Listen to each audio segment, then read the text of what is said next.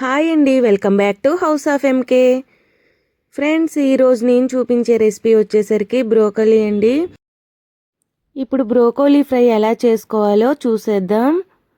ముందుగా మనం ఒక బ్రోకలీ తీసుకొని దీన్ని ముక్కలుగా కట్ చేసుకోవాలండి. ఇది మనకి చూడడానికి కాలీఫ్లవర్ లాగే ఉంటుంది కదా. మనం కాలీఫ్లవర్ ఎలా వండుకుంటామో అలాగే ఇది కూడా చిన్న చిన్న ముక్కలుగా కట్ చేసుకోవాలి. నీట్గా కట్ చేసుకొని ఒక పక్కనైతే పెట్టుకోవాలండి.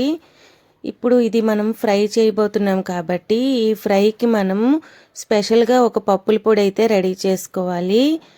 ఆ పొడి వేయడం వలన ఈ బ్రోకోలీ రెసిపీ అనేది చాలా టేస్టీగా వస్తుంది.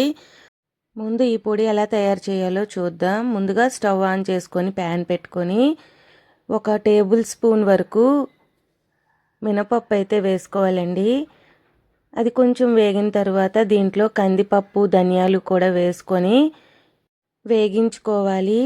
ఇవి వేగిన తర్వాత ఒక బౌల్లోకి అయితే తీసేసుకొని అందులో జీలకర్ర, నువ్వులు వేసుకోవాలండి. నేనైతే ఒక్కొక్క స్పూన్ వరకు తీసుకున్నాను. ఇవి కూడా వేగించుకోవాలి. దీనిని కూడా ఆ బౌల్లో వేసేసుకొని ఒక 10 వరకు ఎండుమిర్చి వేసుకొని వేగించుకోవాలండి. ఇవి మనకి ఎలా కలర్ చేంజ్ అవుతున్నప్పటికీ మనం స్టవ్ ఆఫ్ చేసుకొని ఇది కూడా బౌల్లో వేసుకొని పూర్తిగా చల్లారనివ్వాలి. చల్లారిన తర్వాత మిక్సీ జార్లో వేసుకొని గ్రైండ్ చేసి పొడిలా తయారు చేయాలండి. ఆ తర్వాత మనం బ్రోకోలీ ఉడకబెట్టుకోవడానికి నేనైతే అదే ప్యాన్ తీసుకున్నాను. అందులో వాటర్ వేసి వేడైన తర్వాత ఈ బ్రోకోలీ వేసుకున్నానండి. అలాగే దీంట్లో తగినంత సాల్ట్ వేసుకొని వీటిని ఒక 60-70% వరకు ఉడికించుకోవాలి. బ్రోకోలీ ఉడికిపోయిన తర్వాత వీటిలో వాటర్ తీసేసి పక్కన పెట్టుకోవాలండి. తర్వాత స్టవ్ ఆన్ చేసి కళాయి పెట్టుకొని ఆయిల్ వేసుకొని జీలకర్ర, వెల్లుల్లి ముక్కలు, అలాగే పచ్చిమిర్చి ముక్కలు, కరివేపాకు, కొంచెం జీడిపప్పు వేసుకొని ఇదంతా ఫ్రై చేసుకోవాలండి. ఇలా ఫ్రై అయిన తర్వాత దీంట్లో మనం బ్రోకోలీ అయితే వేసేసుకోవాలి. వీటిని కూడా ఫ్రై చేసుకోవాలండి. ఇలా ఫ్రై అయిన తర్వాత దీంట్లో మనం కొంచెం పసుపు కూడా వేసుకొని కలుపుకోవాలి. మనం మిక్సీ జార్లో వేసిన పప్పుల్ని పైన చూపించిన విధంగా పొడిలా తయారు చేసుకోవాలి. ఆ తర్వాత మనం బ్రోకోలీ కొంచెం ఫ్రై అయిన తర్వాత దీంట్లో ఆనియన్స్ వేసుకోవాలండి. ఆనియన్స్ అనేవి ఇష్టం ఉన్న వాళ్ళు వేసుకోవచ్చు, లేదంటే లేదు, ఆప్షనల్.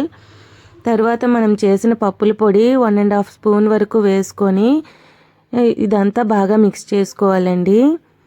ఇలా మిక్స్ చేసుకుంటే మనకి ఈ పప్పుల పొడితోనే మనకి ఈ బ్రోకోలీ అనేది టేస్ట్ చాలా బాగుంటుంది, మరింత టేస్టీగా ఉంటుంది. ఇదంతా బాగా మిక్స్ చేసుకొని దీనికి తగినంత సాల్ట్ కూడా వేసుకొని కలుపుకోవాలి.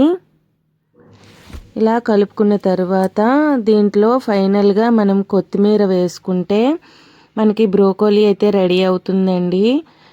ఇది మంచి ఫైబర్ రిచ్ ఫుడ్ అండి. అలాగే విటమిన్ సి ఉంటుంది, యాంటీ ఆక్సిడెంట్లు సమృద్ధిగా ఉంటాయి. ఈ బ్రోకోలీ ఫ్రై అనేది మార్నింగ్ టైంలో తినచ్చు, అలాగే లంచ్ టైం కర్రీ కింద వేసుకోవచ్చు, అలాగే ఈవినింగ్ స్నాక్స్లా కూడా తినచ్చు. నేనైతే లంచ్ టైంలో తిన్నానండి. ఈ వీడియో కనుక మీకు నచ్చినట్లయితే ప్లీజ్ లైక్ చేయండి, షేర్ చేయండి, కామెంట్ చేయండి, సబ్స్క్రైబ్ చేయడం మర్చిపోవద్దు. Thanks for watching. బై.